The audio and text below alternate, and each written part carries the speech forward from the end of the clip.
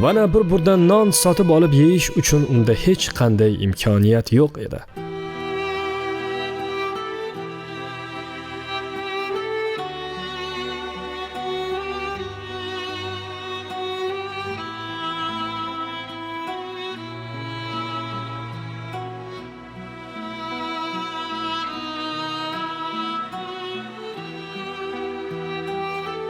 Sabrli, g'ururli Muhammad Ali bugungi ochlikni yenga olmadi.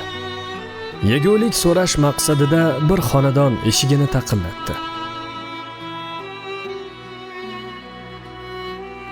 Ichkaridan chiqqan ayolga bolakay avval salom berib, so'ng iymanibgina "Xolajon, menga bir piyola suv bera olasizmi?"